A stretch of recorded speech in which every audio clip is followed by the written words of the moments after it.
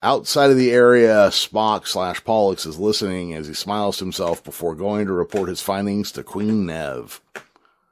So now they have decided that the Mercury Stone is Rukiya. And Queen Nev still wants the Mercury Stone because, that's what she's written to do. When Spock/Pollux asks how she plans to capture them, she motions and in comes /Pike Ralph, gibbering about how he was too young to die and pleads for mercy. He just chicken shits himself all the way through this. She basically tells him live or die, it's up to him. He asks what she wants, and she demands loyalty. He is surprised by simplicity and bows before her. Of course. Of course, yeah. So Adia is the first one who realizes that Chamberlain, which is Pike, would betray them, and then Mortius Rick mockingly apologizes again, saying that he had been promised Ridley's kingdom in return for his loyalty. Pollux calls upon his brother to surrender, as his powers were greater. There was no need for any of them to die. The evil Queen Nev agrees that all she wanted was the Mercury Stone. Once again, the power of silence prevails because something happened that I missed this time. Oh, he crows dramatically and then asks, wait, was that too much?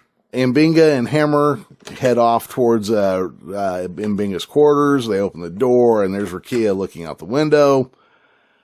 And she's like, oh, hey, Daddy, glad to see you. And then he comes in and she starts telling him about her friend who made her better.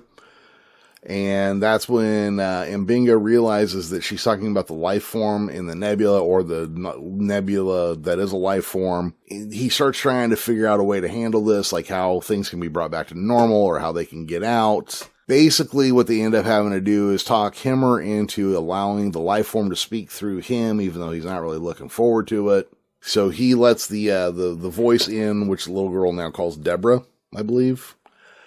And basically, the entity says you can't take the child, and they kind of go back and forth on why. Well, if they leave, then she'll die. And they try to figure out, well, how did you guys find each other or whatever? Well, the entity out there was lonely. And when it kind of went through the ship and scanned the ship and read the files, it learned about Rukiya, who was also lonely.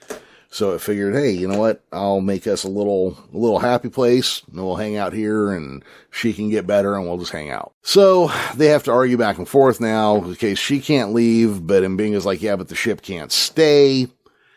And so they go back and forth on this a few times, trying to figure out what they can do. And then the entity states that the girl can stay without the ship. And basically, since it's only her body that's sick, her spirit/personality would be able to live there in that entity nebula cloud with her forever. And they kind of go through the how it would work and the this, that, and the other.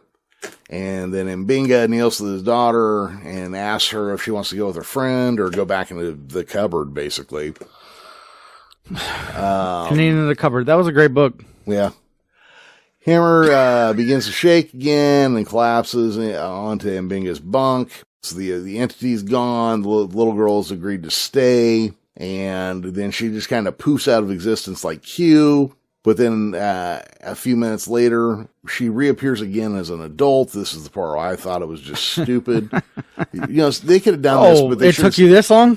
Well, I thought this was really dumb because they should have just left it as an ending and then come back later and he could have found out that his daughter went and lived this really awesome, happy life. Well, no, they had to fill 5 or 10 more minutes, yeah, fair enough. So anyhow, we get through all of this, and everybody's all happy now. But even though M'Benga's not going to get to see his daughter very often, and then everything kind of fades to black. M'Benga's back in his uniform. Hammer regains his consciousness, complaining of a terrible headache.